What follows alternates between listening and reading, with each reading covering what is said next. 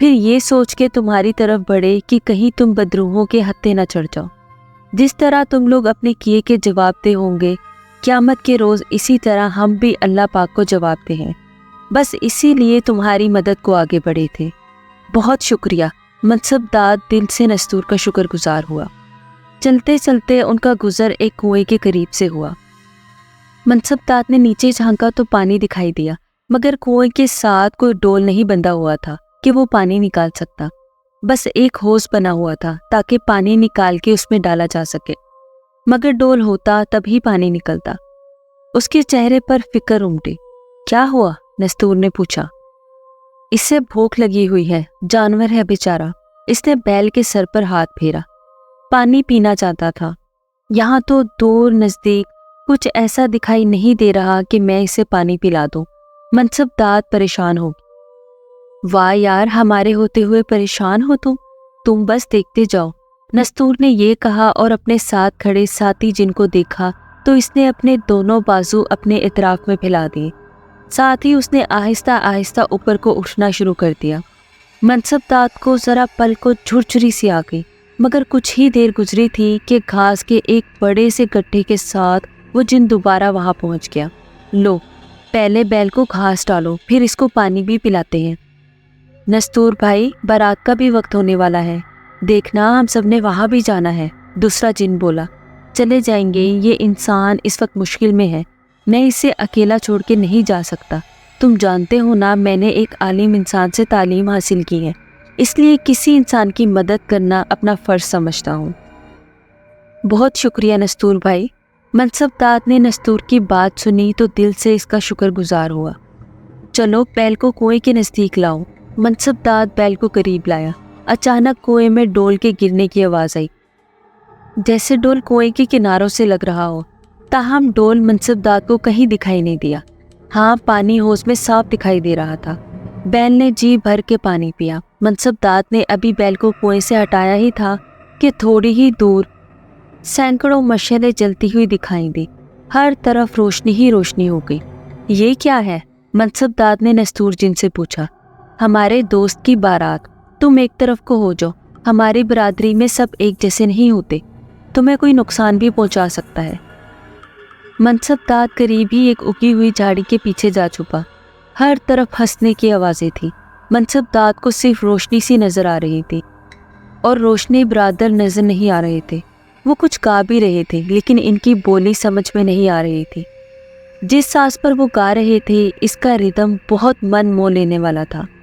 ایسا سر تال کہیں نہیں سنا تھا۔ وہ روشنی کا سیلاب ایک بڑے سے بوہڑ کے درخت پر چڑھ گیا۔ منصب داد کو ایک دم گویا سردی سی لگنے لگی۔ نکل آؤ، نستور کی آواز پر منصب داد باہر نکل آیا۔ یہ سب مجھے کیوں نہیں نظر آ رہے تھے آپ کی طرح؟ آدمزاد عام حالات میں جنات کو دیکھنے کی صلاحیت نہیں رکھتا جب تک کہ جن خود آدمزاد کے سامنے خود کو ظاہر نہ کرتے، سوائے بہت چھوٹے بچوں کے۔ ہاں، تبھی مائیں شام کے بعد بچوں کو باہر نہیں نکلنے دیتی۔ منصب داد نے نستور کی بات کی تصدیق کی۔ ہاں، یہی بات ہے۔ وہ چلتے جا رہے تھے اور صبح کی روشنی دکھائی دینے لگی۔ تم نے جو راستہ اختیار کر لیا تھا وہ اصل راہ سے ہٹ کے تھا۔ شکر کرو کہ ہم مل گئے تمہیں، اور تمہارا راستہ بھی کم ہو گیا۔ نستور بتا رہا تھا اور منصب داد اندازہ کر رہا تھا کہ وہ صحیح کہہ رہا ہے، کیونکہ انجانے میں وہ اصل سے ہٹ گیا تھا، تبھی وہ ان جنوں کے سامنے آ گیا تھا۔ اب تم جاؤ، یہ وقت ہم جنات کا واپس اپنے اپنے مسکن میں جانے کا ہے۔ ابھی تھوڑی دیر میں اذانیں ہو جائیں گی۔ اب تمہیں کوئی ڈر نہیں۔ ہمیں شادی میں بھی شرکت کرنی ہے، پہلے ہی تمہاری وجہ سے ہمیں دیر ہو گئی ہے۔ نستور بھائی، ہم نے تو سنا تھا کہ جنات بہت نقصان دہ ہوتے ہیں، مگر آپ نے تو میری مدد کی ہے، کوئی نقصان نہیں پہنچایا مجھے۔ بتایا نا تمہیں کہ ہم جنات بھی مسلمان اور غیر مسلم ہوتے ہیں۔ غیر مسلم تو کسی صورت انسان کے ہمدرد نہیں ہوتے۔ ہاں، ہم مسلمان تب تک آدمزاد کو نقصان نہیں پہنچاتے کہ جب تک کہ وہ ہمیں خود نقصان نہ پہنچائے۔ مگر ہمیں تو آپ نظر ہی نہیں آتے نستور بھائی، تو ہم کیسے آپ کو نقصان پہنچا سکتے ہیں؟ منصب داد نے جاننا چاہا۔ بے شک تم انسان ہمیں عام حالت میں نہیں دیکھ سکتے، اسی لیے تو اعوذ باللہ پھر بسم اللہ پڑھنے کا حکم دیا گیا ہے تم کو۔ جب تم لوگ یہ پڑھتے ہو تو ہم تمہارے راستے سے ہٹ جاتے ہیں، بلکہ غیر مسلم بھی ہٹ جاتے ہیں۔ نستور بھائی، کیا تم ہمارے گھروں میں بھی موجود ہوتے ہو؟ نہیں، جہاں آبادی ہو ہم وہاں اپنا مسکن نہیں بناتے، اور خاص کر مسلمانوں کے گھروں میں کہ وہاں کلام اللہ پڑھی جاتی ہے۔ ہم ہر اس جگہ ہوتے ہیں جہاں پاکی کا خیال نہ رکھا جائے۔ ہر ناپاک جگہ، ہر ویران جگہ ہمارا مسکن ہوتا ہے، لیکن متقی جنات پاکیزہ جگہوں پر رہتے ہیں۔ چلو اب جاؤ، تمہیں دیر ہو رہی ہے اور ہمیں بھی۔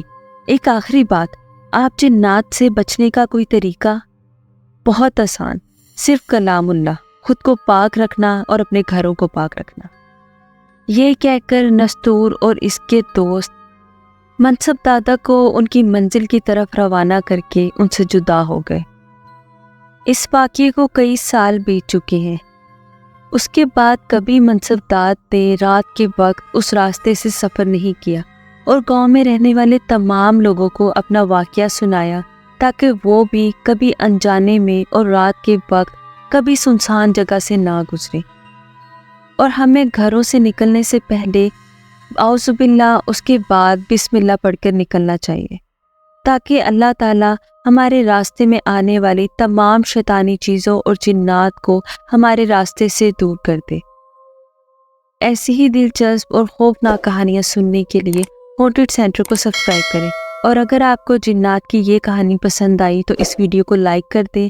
ملتے ہیں آپ سے اگلی کہانی کے ساتھ۔ اپنا اور اپنے گھر والوں کا خیال رکھیں۔ اللہ حافظ۔